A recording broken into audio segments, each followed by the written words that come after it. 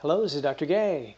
I'm the owner of Look MRI, and today I wanted to talk about MRI and CT. What is the difference? Because probably the most commonly asked question I get is, what is the difference between these modalities? And by clinicians, the most common question I get is, what should I order, MRI or CT? And the truth is that I struggle myself to know what the difference is.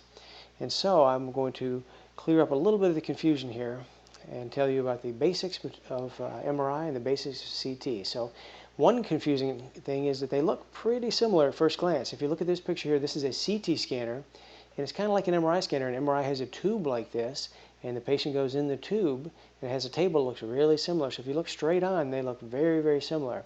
But this is a side view, and you can see from the side view that this is very shallow, not very long from front to back, and also the hole where the tube is really wide. So MRI has a much narrower tube often, and it has a much more long hole that the patient goes into. Another thing about CT is it's really quick. You can scan a patient just in a few seconds sometimes, and MRI, the body goes into the hole and the patient lays there for a while, sometimes 30 or 40 minutes before they're done. So I'm going to go to another view here.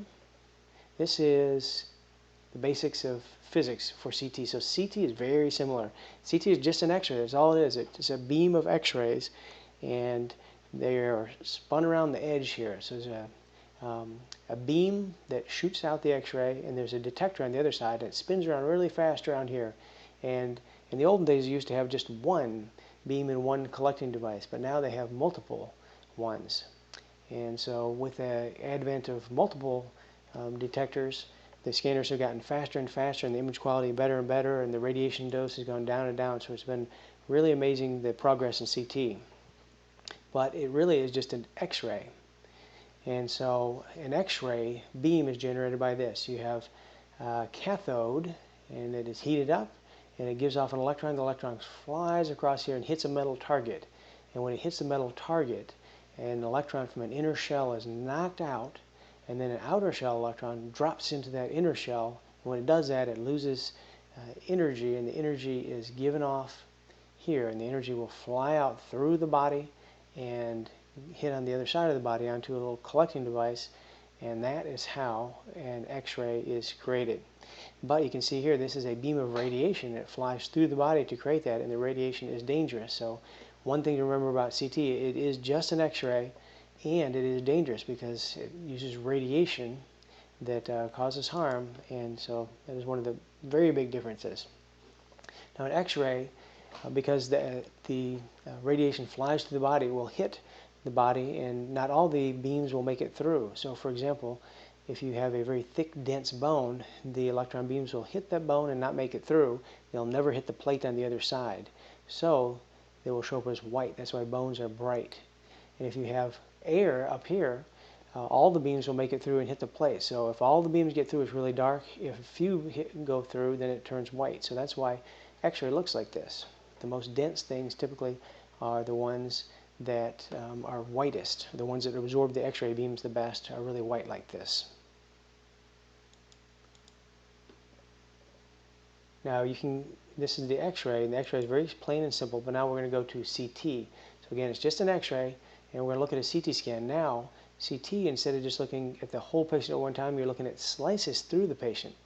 And when we see these slices, you can see several things. Here's the bone really bright back here in the back. We can see this is a kidney over here. Here's another kidney. You can see that there's a few different densities. One is air out here, black. You can see gray here. This is the muscles, soft tissue density. And you can see this is enhancing tissues. This is a kidney on the left, kidney on the right. And they've been given contrast. That's why it's so bright. And the stuff that's really light bulb bright back here, this is bone. So you just have a few densities. You have bone, then you have soft tissue like this, like the muscles. Then you have fluid, and there's a little bit of fluid over here that's darker. And then you have fat, which is over here. This really dark gray stuff is fat. And of course, the last thing here is air. So you really have these 5 different densities. Now, earlier we talked about how we started with a single slice, and then went on to multiple slices. And so with the multiple slices, you can get these fast scan times, way better resolution, it's less radiation, and it allows for really spectacular reformatted images. So this is a 2D and 3D reconstructed images of the abdomen. So that little X-ray beam with that, they're able to create these amazing images. This is a view, we're looking at the abdomen straight on. This is right kidney, left kidney. This is the bones of the pelvis here. And this is the abdominal aorta. And you can take this and spin this in different directions. So it's pretty amazing the progress CT has made. Now with the really multiple slices, like 256 slice CT machines, you can get spectacular images. This is the heart, and you can reconstruct it in multiple planes and rotate things around. Pretty dazzling. Now MRI is complicated. CT, remember we saw the other picture that had one switch. It's basically an X-ray beam. MRI has a lot of switches. It's very, very complicated, and it's so complicated that I wouldn't really worry about it. It's just probably enough to know that MRI uses a magnetic field, a really strong magnetic field you lay in, and it also uses radio waves, which are not harmful.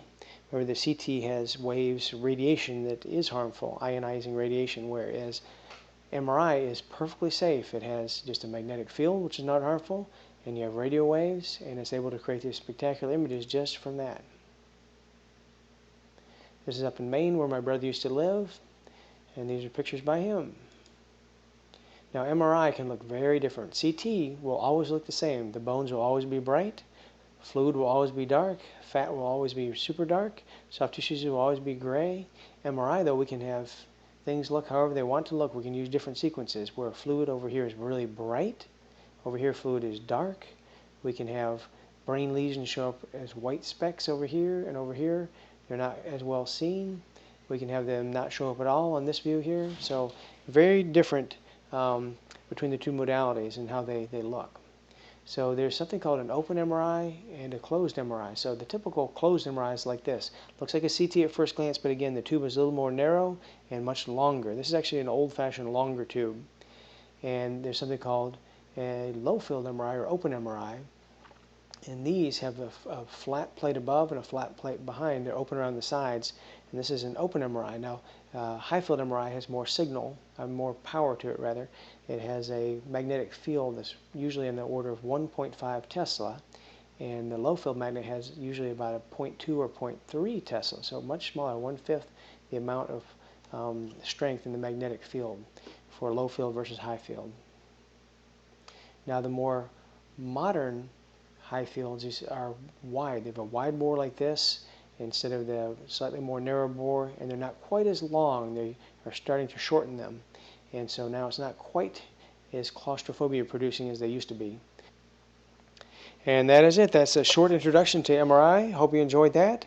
And at the end of this, if you remember anything at all, remember that on CT it's just an X-ray, so bones are white, and on MRI bones are black. So if you look at an image and you're wondering what it is, you can tell just by looking at the bones. If they're white, it's a CT scan.